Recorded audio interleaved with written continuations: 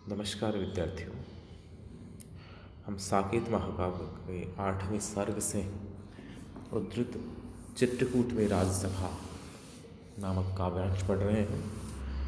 राष्ट्रकवि मैथिली शरण गुप्त की सबसे चर्चित और यशस्वी रचना साकेत में वे कैकेयी की चरित्र का पुनरुद्धार करते हैं। उस राजसभा में चित्रकूट में कैकेयी अपना पश्चाताप है वह पूरी सभा के सामने प्रकट करती है। उसी क्रम में हम पढ़ रहे थे कि कैकेयी भरत की शपथ खाकर कहती है कि यदि मेरे द्वारा वरदान मांगे जाने कि इस उपक्रम में यदि भरत की जरा भी सहमति हो तो जिस तरह मैं पति विहीना हो गई हूँ, जिस तरह मैंने अपने पति को खो दिया, उसी प्रकार मेरे पुत्र को भी खो दूँ। अर्थात भरत पूरी तरह निष्पाप है और राम ने स्वयं ऐसा माना है कि माँ कैकेयी भरत को जन्म अवश्य उन्होंने दिया किंतु उसे जान नहीं पाई, समझ नहीं पाई। और यदि ये सत्य है तो तुम वापस अयोध्या लौट चलो।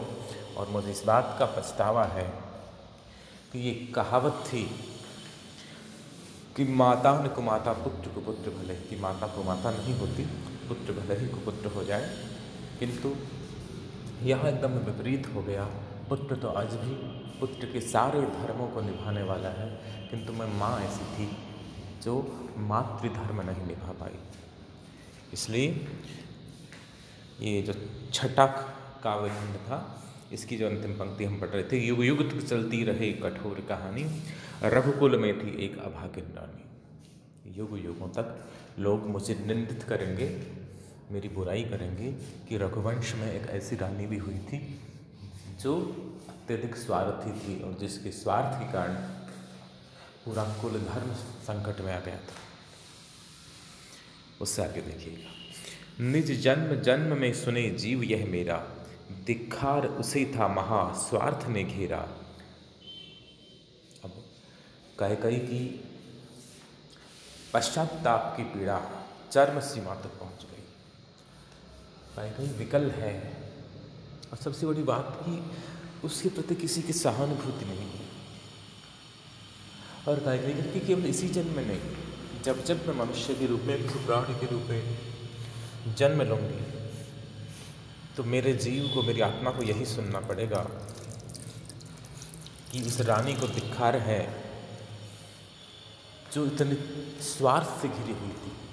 धिक्कार उसे था महास्वार्थ ने घिरा। कैकेयी रानी हुई थी अयोध्या में, रघुवंश में, जो इतनी बड़ी स्वार्थी थी कि वह अपने परिवार का हित नहीं देख सकी, अपने देश का, समाज का हित नहीं देख पाई। मैं ये जन्म जन्म तक ये धिक्कार सुनती रहूँगी, अपनी निंदा सुनती रहूँगी। तो भगवान राम समझ गए कि माँ अब बहुत दुखी है। अब देखिए मैथिली शरण गुप्त का कमाल कि इतने लंबे चौड़ी प्रलाप विलाप के बाद, कैकेयी की पश्चाताप वाली इतनी लंबी चौड़ी वाक्यावली के बाद में उनका पश्चाताप है, उसके प्रति लोगों की सहानुभूति कैसे जागृत की जाए। तो क्या आयोजन करते हैं गुप्त जी। सौवार धन्य वह एक लाल की माई, जिस जननी ने है जना भरत सा भाई, पागल सी प्रभु के साथ सभा चिल्लाई, सौवार धन्य वह एक लाल की माई। कवि की कुशलता देखिए, कवि के मनोविज्ञान को समझिए। अब चाहे वो कितना ही पछतावा कर लें, लेकिन कैकेयी से कोई सहानुभूति हो जाए ऐसा तो कोई कारण नहीं।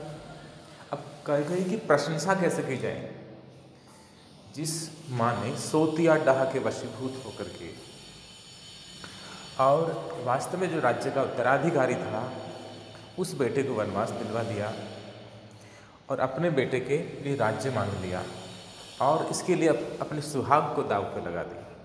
पति की मृत्यु हो गई और पुत्र ने वह राज्य और राजसुख भोगने से इनकार कर दिया। सौतेला पुत्र और पुत्र वधू ये सब वन में चले गए। ये सब जिस कारण से हुआ इन सब कारणों को देखते हुए कहीं से कोई सहानुभूति रखेगा, ऐसा तो हो नहीं सकता। उसकी प्रशंसा किस आधार पर की जाए, कोई आधार नहीं मिलता। लेकिन गुप्त जी ने राम से कहलवाया, और जनमानस में कई के प्रति सहानुभूति कैसे उत्पन्न हो, इसके लिए राम कहते हैं, 100 बार धन्य वह एक लाल की माई। उस इकलौते बेटे की वह माँ धन्य है, जिस जननी है ने है जना भरत सा भाई। जिस माँ ने, जननी माँ, जिस माँ ने भरत जैसे भाई को जन्म दिया है, भरत जैसे बेटे को जन्म देने वाली माँ है, वो धन्य है,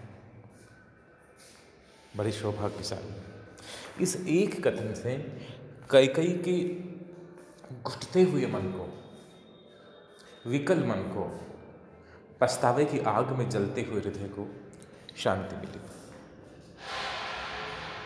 और केवल कैकेयी के मन को शांति नहीं मिली, उस समय वातावरण ऐसा उपस्थित होगा पूरे घटनाक्रम को सुनकर के कि प्रभु के स्वर में स्वर मिलाते हुए, राम के स्वर में स्वर मिलाते हुए पूरी सभा है वह कहने लग जाती है, पागल सी प्रभु के साथ सभा चिल्लाई, 100 बार धन्य वह एक लाल की माई। राम के साथ में पूरी सभा एक स्वर में कह उठती है कि 100 बार धन्य वह एक लाल की माई। वो भरत की, जो भरत को जन्म देने वाली माँ है, कही वो धन्य है, चाहे इसने कुछ भी किया हो, लेकिन भरत जैसे बेटे को जन्म दिया है, इसलिए वह माँ धन्य है। आज के लोकप्रिय कवि कुमार विश्वास कहते हैं कि माताएं और भाषाएं हैं, वे बेटों की संख्या से नहीं जानी जाती, वे उनके गुणों से पहचानी जाती हैं, उनकी पहचान उनके गुणों से होती है। तो यही बात है कि कैकेयी का खुद का व्यक्तिगत जो जीवन का एक विशेष कालखंड कैसा भी रहा हो, किंतु उन्हें भरत जैसे पुत्र को जन्म दिया है, इसलिए वे धन्य तो हैं, और पूरे जनमानस को सहमत होना पड़ा। आगे कैकेयी कहते हैं, हाँ लाल उसे आज गमाया मैंने, विकराल कुयश ही यहाँ कमाया मैंने। कैकेयी फिर बोली कि सब लोग कह रहे हैं ना वह धन्य वह एक लाल की माई, लेकिन वह लाल तो मैंने खो दिया, भरत तो मुझे माँ मानता ही नहीं, भरत को तो मुझसे एक प्रकार की घृणा हो गई है।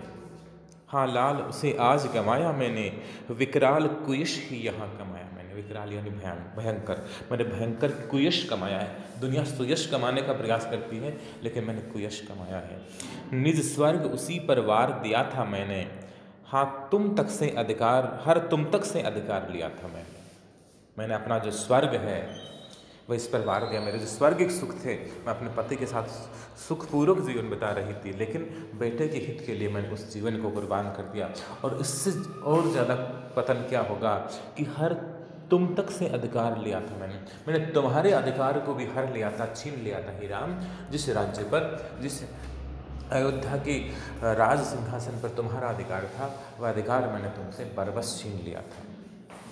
पर वही आज यह दीन हुआ रोता है, शंकित सबसे घृत हरिण तुल्य होता है।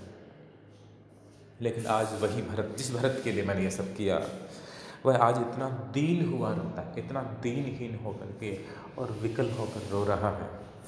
शंकित सबसे धृत हरिण तुल्य रोता है।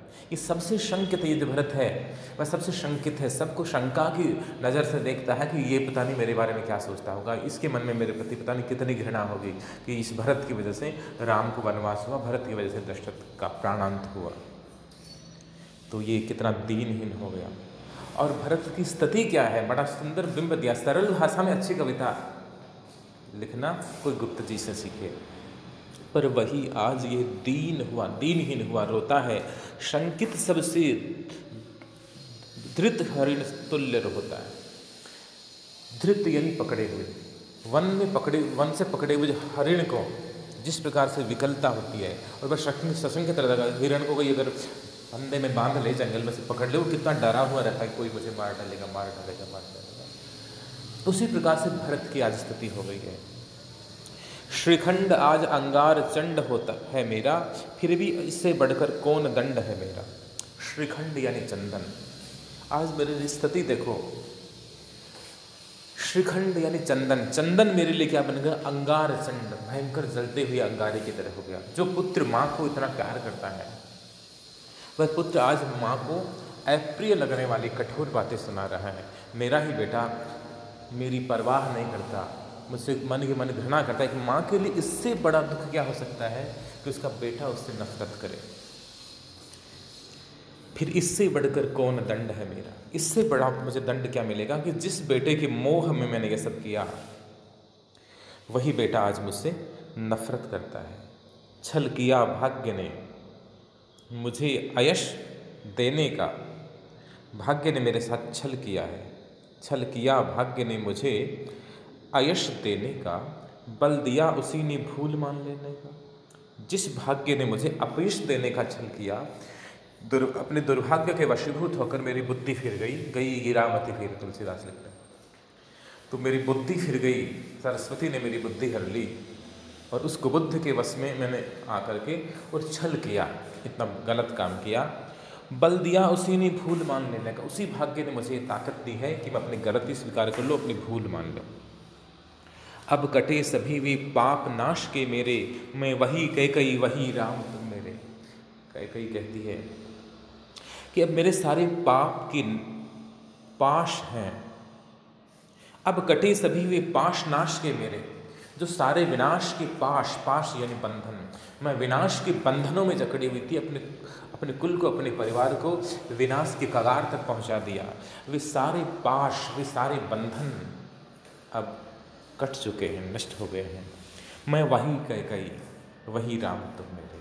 हे राम, अब मैं तुम्हारी वही पुरानी कैकई माँ हूँ, ममतालु माँ हूँ, जो बचपन में तुम्हें प्यार किया करते थे और तुम मेरे पहले जैसे लाडले राम हो। अब मेरे मन में तुम्हारे प्रति या किसी के भी प्रति किसी प्रकार का मनोमालिन्य नहीं रहा है। होने पर बहुधा अर्धरात्र अंधेरी, जी आकर करती पुकार थी मेरी।